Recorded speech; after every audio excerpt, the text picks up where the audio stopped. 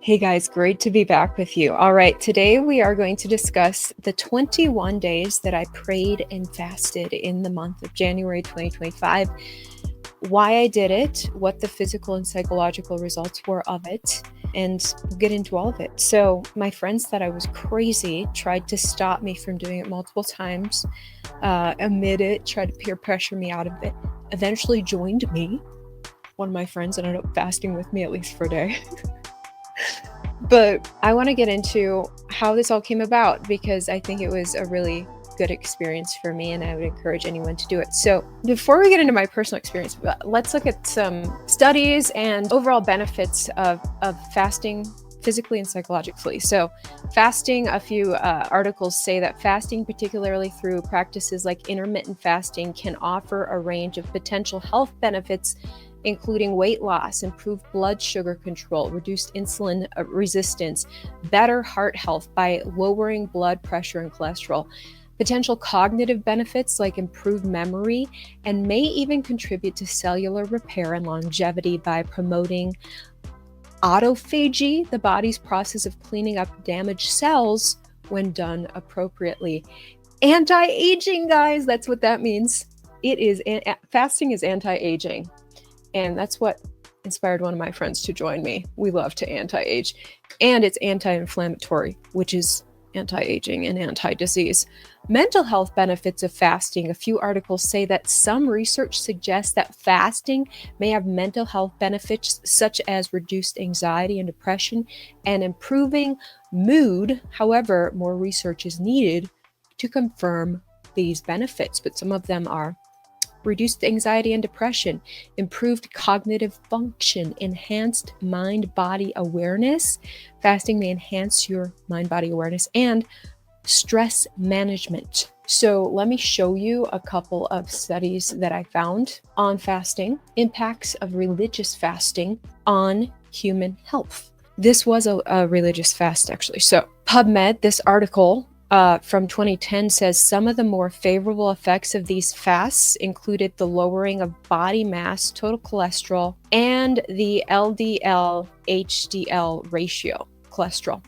And then the biblical-based Daniel fast prohibiting the consumption of animal products, refined carbs, food additives, preservatives, sweeteners, flavoring, caffeine, and alcohol.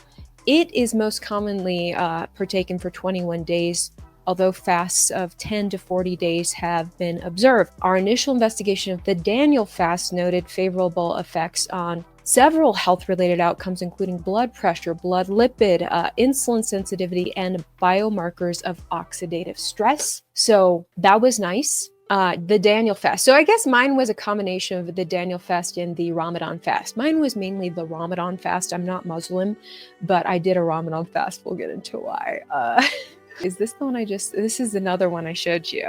The effects of fasting on human metabolism and psychological health.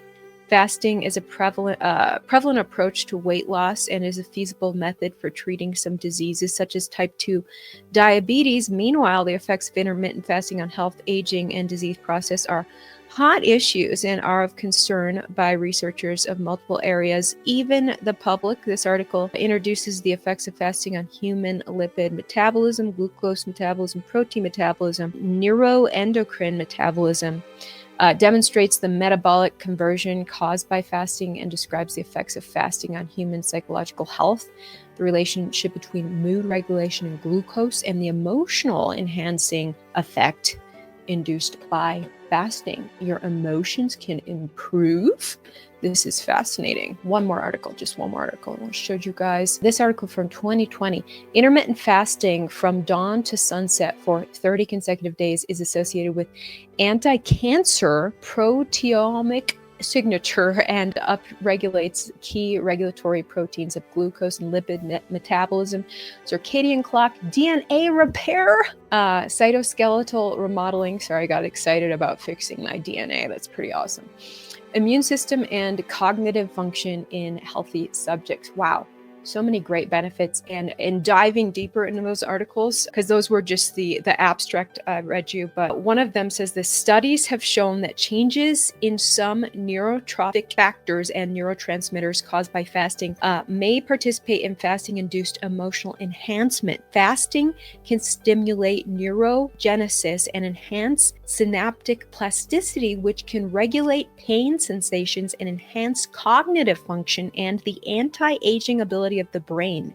These beneficial effects may be associated with changes in neurotrophic factors and neurotransmitters. Serotonin release and over turn can increase during prolonged fasting. Increased output by the serotonergic system may cause an elevated mood and reduced pain sensitivity. Studies on rats have shown that the availability of brain tryptophan and serotonin increase during fasting, which may explain the effects of fasting treatment in migraineurs. More serotonin, that love emotion, if you prolong your fast. Incredible. And then it says, the study says, further, research indicates that brain-derived neurotrophic factors and serotonergic signals have a reciprocal relationship in which brain-derived neurotropic factors enhance the production release of serotonin. Another potential mechanism of mood enhancement is related to changes in the release of endogenous opioids caused by fasting. The plasma endorphin release of subjects who fasted for 5 to 10 days increased significantly during the fasting period. Some neuropeptides may also be related to mood enhancement. Brain-derived neurotropic factors may be related to fasting-induced mood enhancement by enhancing the production release of serotonin. What those studies are getting at, they mention fasting 5 to 10 days. So when you cross that 5-day threshold, your body starts to release more feel-good hormones to keep you going and really kicks into anti-aging and body rejuvenation mode. Short-term fasting, if you fast for just a day, you may struggle with your mood. When you first get into a fast, your mood can really not be good. It's that hangry response, just need some food so you can stop being hangry. But if you keep going, it gets better. I did a Ramadan fast for 21 days. I've been staying with my best friend in Colorado in January, and I said, let me find a church while I'm out here. I found this nice Christian church, New Creation Church, and I go to church on Sunday and they say, hey, we're about to start 21 days of prayer and fasting. I said, oh my gosh, let's do it. After church, I asked the pastor, how should I fast? He said, well, you could just drink water for 21 days, no food. His wife said, no, that is too much. So he said, okay, just eat before dawn and after sunset. I said, I will do that. Drink water throughout. So I just decided I'm not going to mess with eating before dawn. I'm just going to eat after sunset. So I would not eat until about 5 p.m. each night. And I'd fast throughout the day, just drinking water. And then after sunset, I would eat as much as felt good to eat. I lost about 3 pounds over the course of 3 weeks. This is not a Muslim church. I say it's a Ramadan fast because when I looked up, what is the kind of fasting where you eat after sunset? It's Ramadan fasting. That's what people do for Ramadan. Well, this Christian church was also doing that. I would eat as much as I wanted after sunset, and I still lost about 3 pounds. Now, the purpose of this was not to lose weight, although I really enjoyed losing weight. My body really started looking good. My face, my face gets puffy sometimes when I'm not disciplined with my diet. So it was nice to see my face get nice and lean again. And I felt healthy. My skin looked good. And I just finished the fast on the 26th of January, 21-day fast. Now, during the day, I would feel pretty low energy, just pretty weak and low energy. And then once it was just like a struggle to get work done. Once I was able to break my fast at sunset, then I was like, okay, now I can get some things done. I feel like I have the energy now. But I was longing to be more surrendered, just to stop striving in life. I knew that was the solution. There's certain things that I want in life that aren't happening. And I've tried to strive with my own might to make them happen, and that has not worked well. And answers started to come to me from multiple locations saying, what you need to do is surrender. Surrender to God, surrender to the flow of life. Start trusting that the most powerful force of good in the universe has your back and is working things together for your good beyond your control. So loosen your grip on what you're striving for. Give it to God and see what happens. And so through prayer and fasting, you can enter surrender. And so this was, my motivations for this were spiritual. So when the pastor said that, I didn't know they were planning on that. I said, I'm going to do it. Prayer and fasting for 21 days, and I'm going to focus on surrendering my life to God. And so in the middle of the day, when I'd be so hungry and feel weak and like I couldn't get work done, I would take that time aside to pray, to meditate, to read books that were uplifting, encouraging, empowering, and encouraging me to surrender. That would help get me psychologically back in that place that I needed to be, spiritually, psychologically. And it was interesting when I had focused on surrender with this fast. In addition to prayer and fasting, so the church organized daily prayer at noon and at 6 a.m. I chose the 6 a.m. prayer gathering. I would drive to church at 6 a.m. each day. They didn't do it on Saturdays. So 6 days a week, I drove to church and prayed with a group of like-minded people who had a desire to surrender their lives to God too and see what happens. First day at the prayer gathering, the organizer handed out this book, I Surrender All. I said, what a message. I'd been asking God for messages on what I need to do. I was getting feedback that I needed to surrender more. And then this book was about surrender. So we were going to read this book over 3 weeks' time and pray together and focus on surrender. To have a whole group doing that, how powerful is that? And I was like, thank you, God. Thank you so much.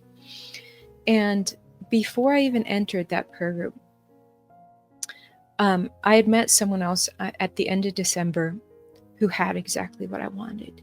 And that person had told me that they had initially resisting allowing that into their life, not knowing it was what they had wanted.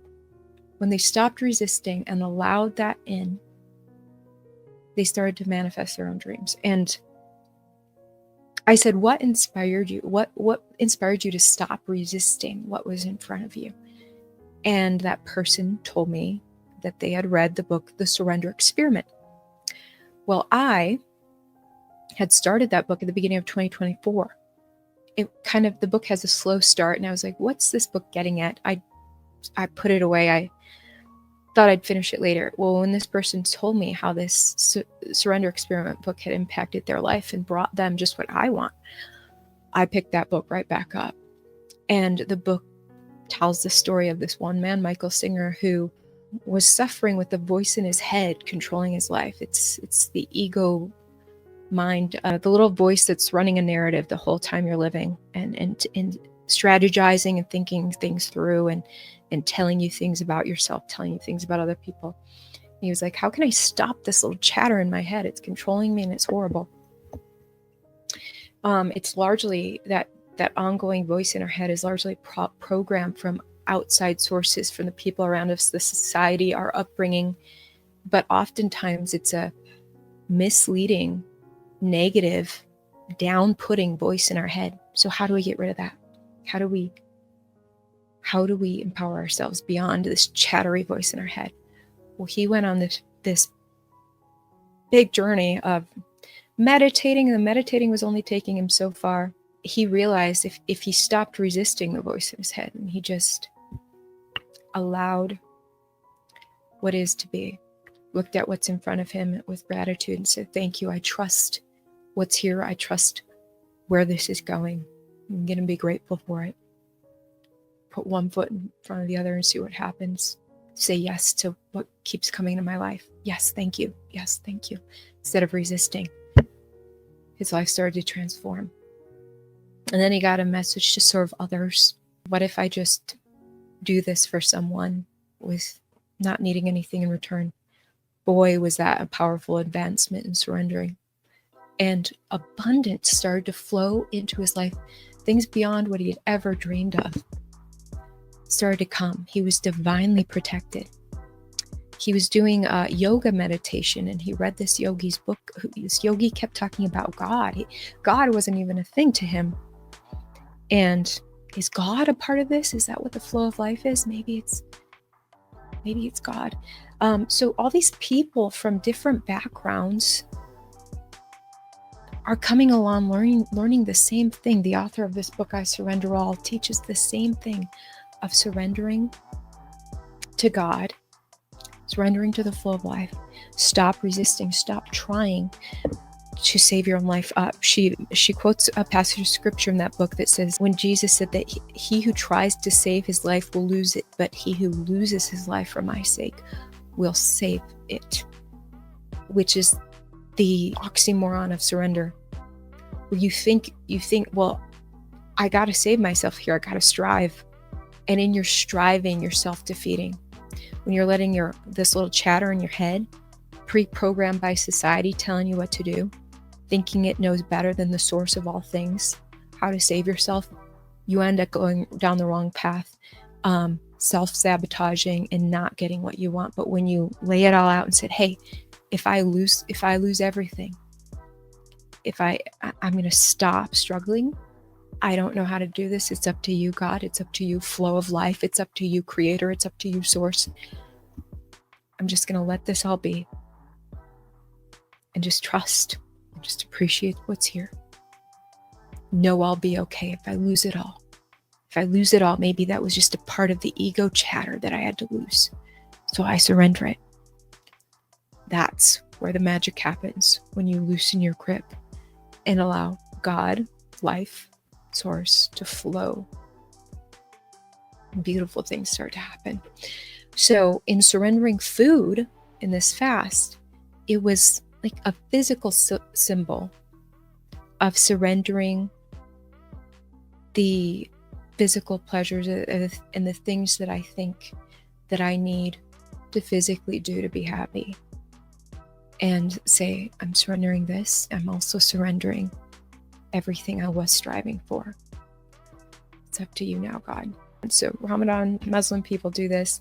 I just love how I was noticing with all of these messages I'm getting from various religions and teaching, it's all saying the same thing about God.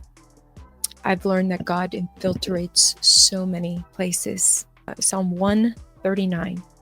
God is everywhere that we go. When we go to the darkest places, God follows us there. God is with us. And so God is sending this message of surrender through all these various sources. The Ramadan people, the Christian people, even the yogis. Michael Singer in his book, The Surrender Experiment, said that the less he ate, actually, the deeper his meditations became. So he entered a state of fasting to deepen his meditations and to get further into surrender. And things beyond his wildest dreams ended up unfolding. Beautiful things. He was carried safely through. Even when hard things hit him, even better things came. And it was just an incredible, beautiful book, proving what the Bible says about surrender. And then I received another video from the teachings of Abraham Hicks, which a lot of Christians are afraid of, but it actually teaches the same message of surrender that the Bible teaches. It's all the same message. It's beautiful if you open your mind to it. And so Esther Hicks, talking about surrender, she makes the analogy of swimming upstream. You're sitting there paddling against the current, struggling, striving, thinking, I think this is the way. I gotta get up this way, even though it's hard. You're exhausted. If you just stop paddling upstream by surrendering, saying, I'm not going to try what's not working. I'm just going to trust. I'm just going to let go. I'm going to trust life. When you stop paddling upstream, you turn in the stream naturally. Suddenly you're pointed downstream, and suddenly the flow of the stream is carrying you downstream. And downstream is where the answer was all along. And you don't have to strive. As you're floating downstream, God carries you to your destination just by surrendering.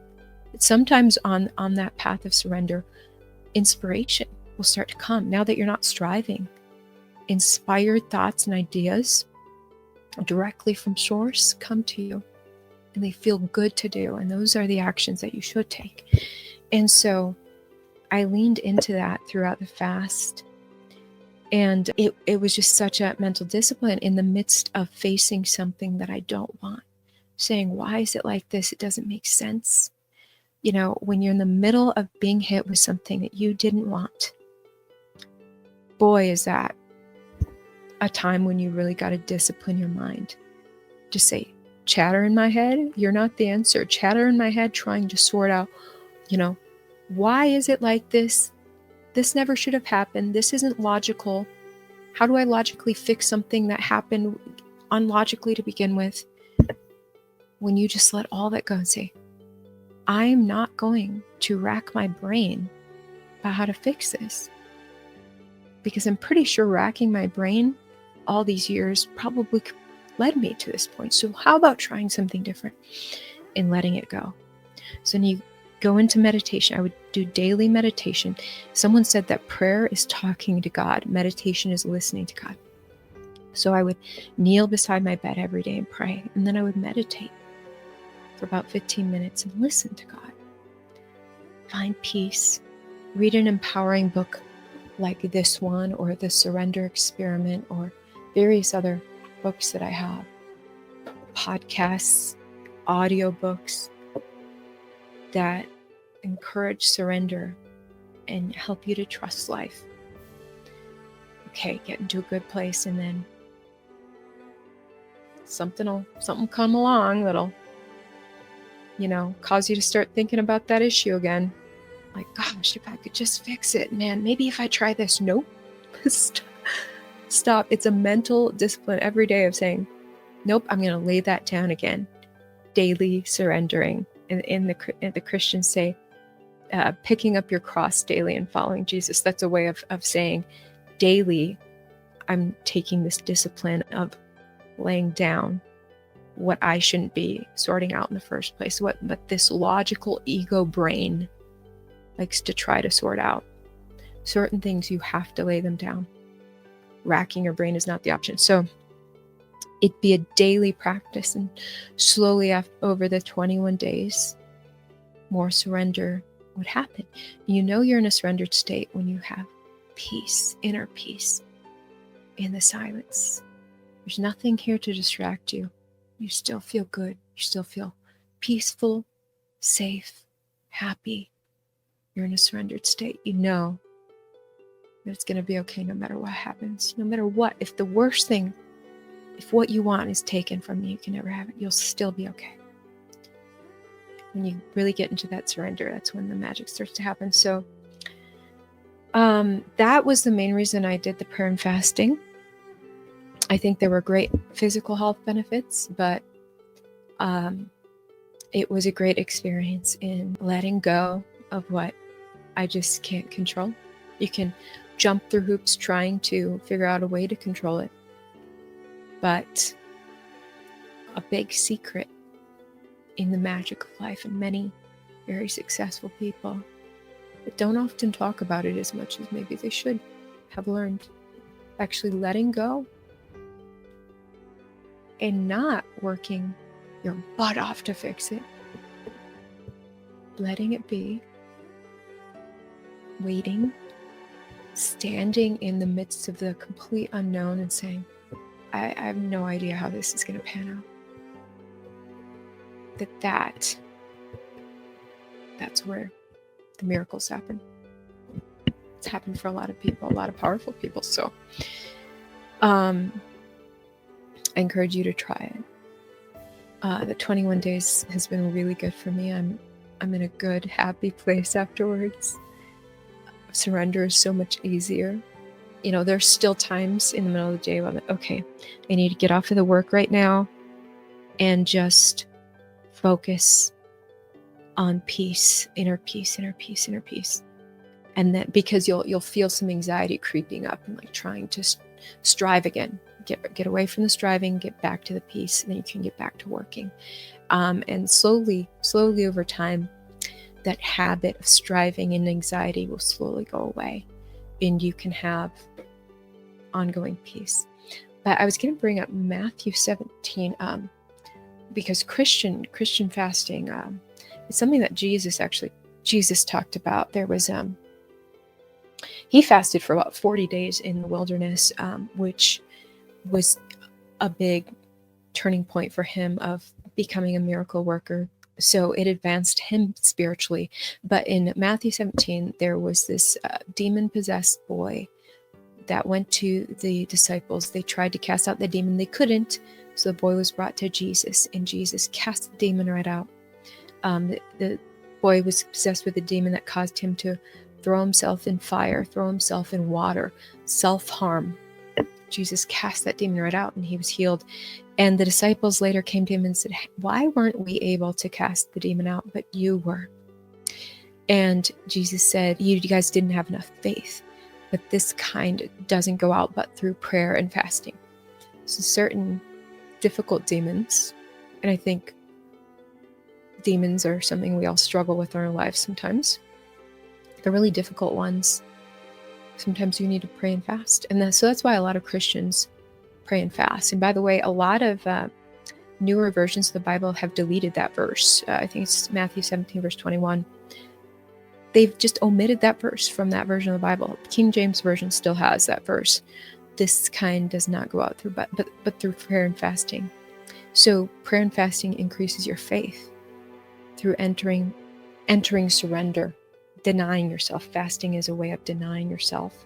As one person put it, fasting is seen as a way to humble oneself, focus on spiritual matters, and demonstrate a sincere devotion to God. So, I've always been a Jesus fan. I think a lot of Christianity is corrupted, but if you just look at Jesus himself, his religion was love, and that's my religion too. So that was my experience with praying and fasting for 21 days. I definitely recommend it. And if you do it, let me know how it works for you. Blessings. Bye.